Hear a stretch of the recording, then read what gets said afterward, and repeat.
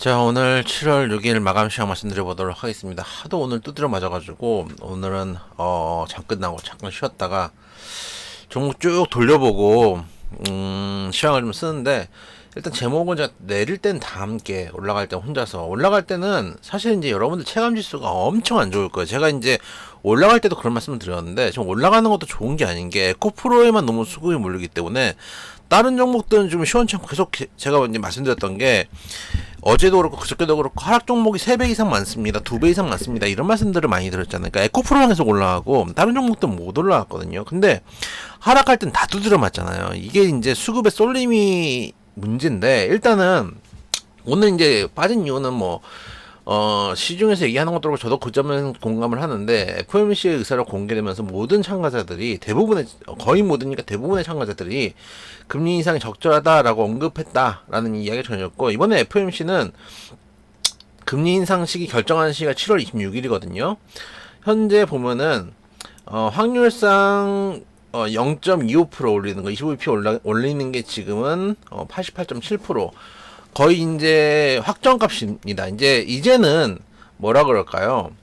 여기에 이제 적응을 해야 될 때가 됐습니다. 그러다 보니까 아시아 시장 다 밀렸고, 우리 시장도 크게 밀렸고, 니케이 1.7%, 상해 0.54%, 항생은 3%가 넘게 밀렸습니다. 3.202% 몰렸고, 대만 2.21%싹 다 밀렸는데, 아시아 시장이 전부 다 무너지는 모습을 보여줬다라고 보시면 되겠고, 사실은 그 중심에 우리나라 시장이 있을 것 같아요. 왜냐면 니케이는 워낙 많이 올랐기 때문에 조정 구간이 어떻게 보면은 나올 수 있는 구간이거든요. 일봉 보면은 니케이 같은 경우는 워낙에 많이 올라갔으니까 여기서는 저항을 받을 수도 있고 조정을 받을 수도 있는 구간이에요. 여기서 아마 쌍봉을 찍었으니까 한 61선까지 내려온 다음에 다시 한번 지지를 받고 올라갈 수 있는 성도 있겠죠. 지금 우리나라는 지금 61선에 완전히 붙어있는 모습인데, 여기 61선하고 이격이 벌어져 있잖아요. 이 이격을 땡길 때까지 천천히 내려오면서 지지를 받을 가능성도 있겠죠. 근데 어쨌든 간 올라갈 땐 니케이만 올라가고 올라갈 땐 에코프로만 올라가다가 내려맞을 때는 다 두드려 맞고 있는 상황이거든요. 그런 상황들이 지금 좋지 않은 부분들이고, 특히 개별주들은 낙폭이 되게 심한 상황이었기 때문에 오늘뿐만 아닙니다. 어제도 그렇고 그저께도 그랬습니다. 그래서 하락 종목들이 훨씬 더 많다는 말씀을 드린 것도, 실제 체감 지수가 우리가 보는 지수보다 안 좋다 라는 것들을 말씀을 드리려고 하는 겁니다. 특히 오늘 같은 경우 보면은 삼성전자가 그래도 많이 안 빠졌어요. 0.56% 하락이기 때문에 그나마 삼성전자가 시장의 하락을 막아줬고, 에코프로도 0.21% 빠졌습니다. 그러니까 시장의 하락을 막아준 거예요, 나름대로는. 에코프로는 제 생각에 에코프로와 삼성전자는 한 0.2%, 0.5% 정도 하락 혹은 상승 하락하면서 지수는 어느 정도 받쳐주고, 그 밑에 단에서 개별주들이 놀아야 되거든요.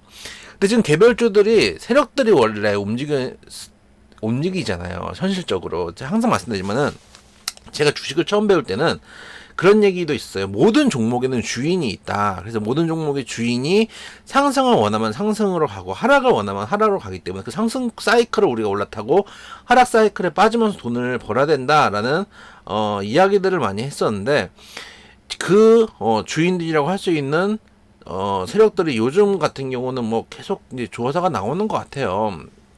여기저기 제재가 들어오고 하니까, 물론 제가 계속 말씀드렸다시피 문제가 있는 곳이나 주가 조작을 했다. 예를 들어서 얼마 전에 나왔던 방림이라든지 동일산업이라든지 만호제강 반환방지, 이런 것도 문제가 터진 것들은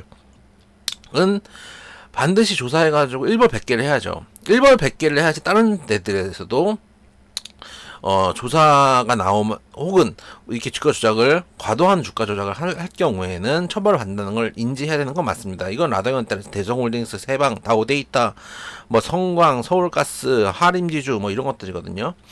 그런데 이거를 일반적으로 적용을 하면은 수급 자체가 시장에 들어오지 못하는 상황들이 벌어져 버리게 됩니다. 그래서 예를 들면은 제가 항상 말씀드리지만, 주가 조작과 세력은 도대체 무슨 차이인가? 예를 들면은 우리가 외국인들 기관들이 어떤 종목을 연속적으로 순매수를 해주면은 그걸 되게 긍정적으로 보잖아요. 그러면은 예를 들어 제가 한 10억 정도, 거래량이 안 나온 종목을 한 10억 정도 매수를 했어요. 오늘 1억, 내일 1억, 모레 1억. 근데 그렇다고 제가 공시를 하는 건 아니잖아요. 그럼 공시를 안 하면은, 공시를 안 하고 제가 주가를 땡겼기 때문에 주가 조작이라고 하는 게 맞을까요? 그 기준이 사실은 저는 아직까지는 명확하게 정해져 있지 않다고 생각해요. 예를 들면은 선행 매매라든지 뭐 라다견대처럼 아예 계좌를 가져왔다든지 이런 것들이 애초에 그러니까 주가가 무너지기 전에라도 혹은 급등하기 전에라도 밝혀졌다면은 그런 것들은 조사하는 게 맞겠지만 일관적으로 지난번에 말씀드렸던 것처럼 정관 변경을 막아버린다든지 그러니까 막은 건 아니지만 정관 변경해가지고 계속 분기별로 보고를 해라 이런 식으로 정말 일관되게 규제를 하기 시작하면은 누가 여기서 한국 시장에서 놀겠어요. 그냥 미국 시장 가고 말죠. 일본 시장 가고 말죠. 지금 그런 상황들이 지금 벌어지는 것 같아가지고 수급 자체, 개별주들의 지금 세력들 자체, 수급 자체가 지금 되게 안 좋게 저는 지금 보고 있습니다. 그 점을 되게 우려스럽게 보고 있는 상황에서 그러다 보니까 계속 삼성전자 에코프로만 가는 것도 그런 관점에서 보면 이해가 돼요. 어차피 에코프로 삼성전자를 어떤 특정 세력이 움직일 수 있는 게 아니잖아요. 그러다 보니까 오히려 큰 수급들이 아예 그쪽 가서 놀란다라고 하는 것들도 하는 게 아닌가라는 생각도 듭니다. 그래서 되게 이제 어려운 상황이고 시장 상황이 어렵고 오늘 같은 경우는 보면 거의 전 섹터가 엄청 빠졌어요. 좀 세게 빠진데 뭐 오로스 테크놀로지 17%, 조금 색깔 좀 진한 다음 루닛 7%, 카카오게임 2.5%, 웬만한 데들은 다 지금 오늘 최소한 3, 4%씩 다 빠졌고 웬만한 데 뭐 세로닉스 4점 몇 프로, 뭐 비나텍 4.3%, 호아샤 6.4%, 뭐 6%대도 포스코인 때 5.7%, 5%, 6%, 7%가 뭐 쉬워요. 포스코 DX 8.6%, 조금 올라간 데들은 뭐 8%도 맞고, 그나마 보면 빨간 게 두 개 있는데 카카오 네이버입니다. 카카오 네이버는 좀 거의 뭐 애잔한 수준이죠. 카카오 네이버는 뭐 거의 올라간 게 없는, 여기서 뭐 올라갔다고 하는 게 지금 카카오 네이버 주주들 입장에서 뭐 올라갔다고 할 수 있겠어요. 거의 뭐 작살이 나는데. 그래서 거의 전 종목 전 섹터 자동차 부품을 제외한 전 종목 전 섹터가 다 두드려 맞았고 그것도 낙폭도 크게 나왔다. 그 이유는 제일 큰 거는 FOMC 의사록이지만은 실제 그 내부에서 가장 큰 문제는 지금 수급 자체가 막혀 있는 거 아닌가. 정관 변경도 문제지만은 지금 기조 자체가 주식에서 주가를 움직이는 세력들은 다 때려잡겠다는 정부의 스탠스에 다들 이제 기가 찬 거죠. 질린 거죠. 굳이 여기서 놀 필요가 없는 거죠. 그러니까 개별주들의 종목들이 다들 가지 못하고 가는 종목들만 가는 상세가 이어지고 있는 것은 정말로 우려하고 우려스럽다는 말씀을 여러 번 드렸던 부분입니다. 그러면은 시장은 어떻게 될까요? 앞으로 금리 인상이 다시 시작된다는데 시장이 적응을 할 때가 됐다고 보고, 저는 시장이 조정 후에 다시 한번 금리 인상에 쉽게 적응할 것으로 보고 있습니다. 왜냐, 지금 시장은, 제가 보는 지금 시장은 지난번에 말씀드렸지만 금리 인상 정도는 하루 이틀의 조정으로 소화를 하고 그 이상은 반등을 줄 거라고 보고 있어요. 왜냐, 지금 시장은 은행이 망한 것도, CS가 망한 것도, SVB가 망한 거에도 적응이 돼 있는 시장이거든요. 그만큼 시장이 워낙에 강하고 또 리스크에 적응이 돼 있는 상황이에요. 그렇기 때문에 금리 인상 오래전부터 나왔던 얘기고, 야, 설마 연준이 또 하겠어? 라고 얘기했다가 이제는 현타가 온 거죠. 진짜 하는구나 라고 하다 보니까 좀 무너지는 모습이었는데, 그래서 만약에 미국 시장이 조금만 반등을 준다면 다시 또 태세 전환할 수 있다 라는 것들을 좀 생각해 볼 필요가 있습니다. 그래서 오늘 지금 유럽 시장도 꽤 무너지고 있는 모습이에요. 1%대가 지금 하락하고 있는데, 만약에 오늘 미국 시장이 열리고 미국 시장에서 다시 조금 낙폭을 사실 어제 미국 시장이 크게 무너진 것도 아니거든요. 지금 이제 유럽 시장이 무너지는 거는 아시아 시장이 무너졌기 때문에 유럽 시장이 같이 무너지는 모습이거든요. 어제 미국 시장 같은 경우에 나스닥 0.18% 빠졌어요. 다우 0.38, 0.2, S&P 0.2. 만약에 다우나 나스닥이 어제 정도 하락을 보여주거나 처음에 낙폭을 보여줬다가 나중에 밑꼬리를 만들면서 위로 올라온다면은 일단 유럽 시장도 동시에 같이 낙폭을 줄일 가능성이 높고, 그러면 다시 아시아 시장이 과대 낙폭으로 올라갈 가능성이 높다라고 보고 있습니다. 항상 말씀드렸지만 우리나라 지금 시장 61선 인근에서는 그래도 지지가 나오는 모습이고, 다시 또 2550까지 내려갔습니다. 여기서는 지지가 나올 가능성이 높기 때문에 일단은 너무 좌절할 필요는 없다라고 생각은 하고 있는데, 내일 삼성전자 실적 발표가 예정돼 있습니다. 그게 아마 포인트가 될 거라고 생각이 되는데, 실적이 잘 나와도 안 되고 너무 잘 나와도 안 되고 너무 안 나와도 안 됩니다. 너무 잘 나오면은 수급이 그쪽으로 몰립니다. 왜 그러냐? 아까도 말씀드린 것처럼 지금 세력들이 개별 종목에서 트레이딩을 하기 힘든 상황이기 때문이에요. 지금 비내렸다가 초과 3단 다 태우는 지금 상황이라고 저는 보고 있거든요.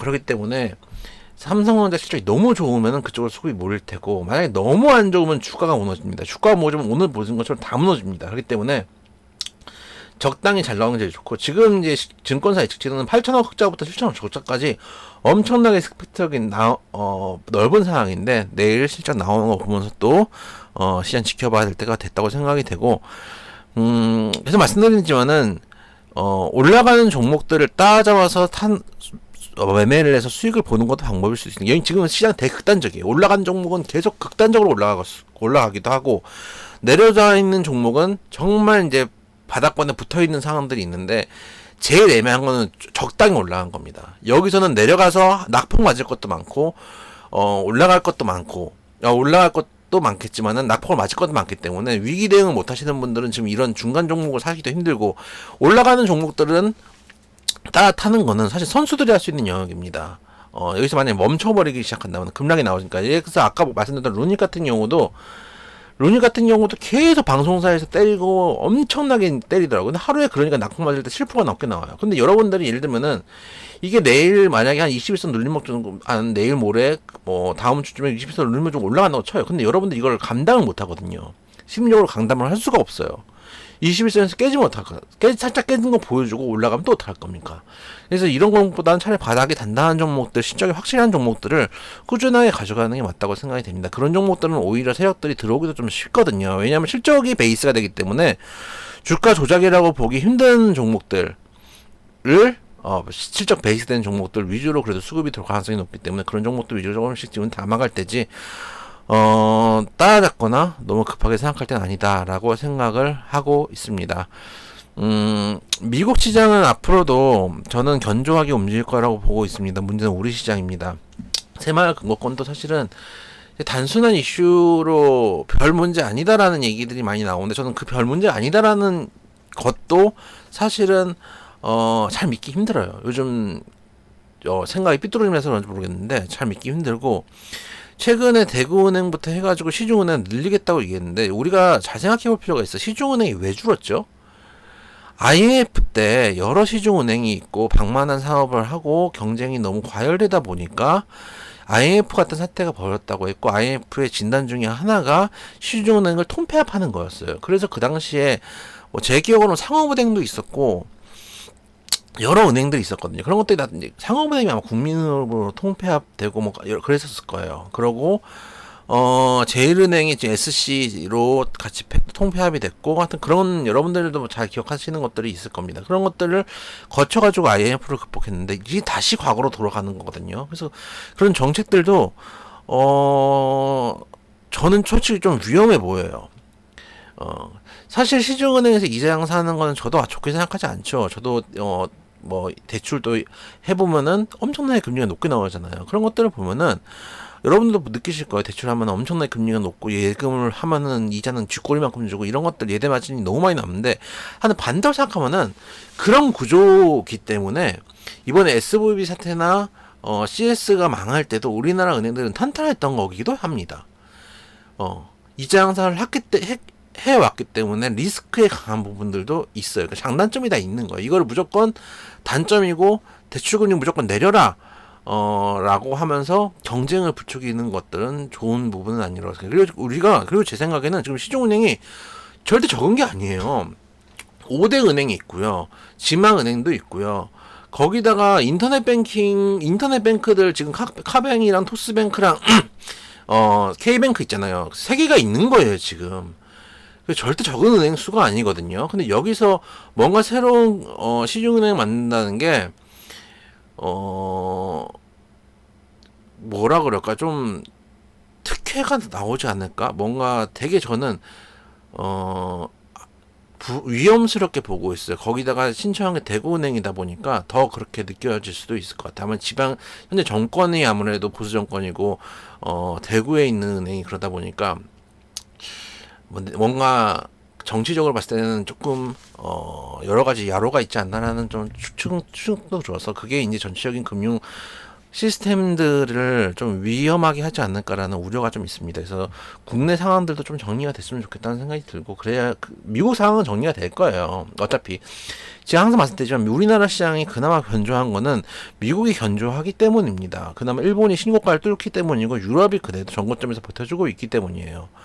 우리나라는 지금 시원치 않아요. 정말로 내부적으로 봤을 때는 말씀드렸던 세력들은 지금 손을 빼고 있고, 여러 가지 정치적인 복잡한 문제들에다가 시중은행 늘리는 것도 저는 좋아 보이지 않고, 정강 변경에 대해서 그 제재를 가하는 것도 별로 좋아 보이지 않습니다. 수급 자체가 지금 불균해지는 것들은 판 자체를 뒤엎는 거거든요. 그래서 그런 것들이 위험해 보이는데, 미국 시장 올라간다고 따라 올라가는 정도기 때문에 앞으로 어떻게 될지 좀 지켜보도록 하겠습니다. 어쨌든 간 금리 인상에 대한 우려는 있지만 제가 봤을 때 은행이 망했을 때 그 시절의 리스크에 비하면 아직 큰 리스크는 아니다. 오히려 시장을 쉽게 적응해 낼 수 있고, 미국 시장이 20% 올라간다고 가정했을 때 우리나라가 10% 떨어지는 않으니까 미국 시장이 엎혀서 올라가길 기대해 보도록 하겠습니다.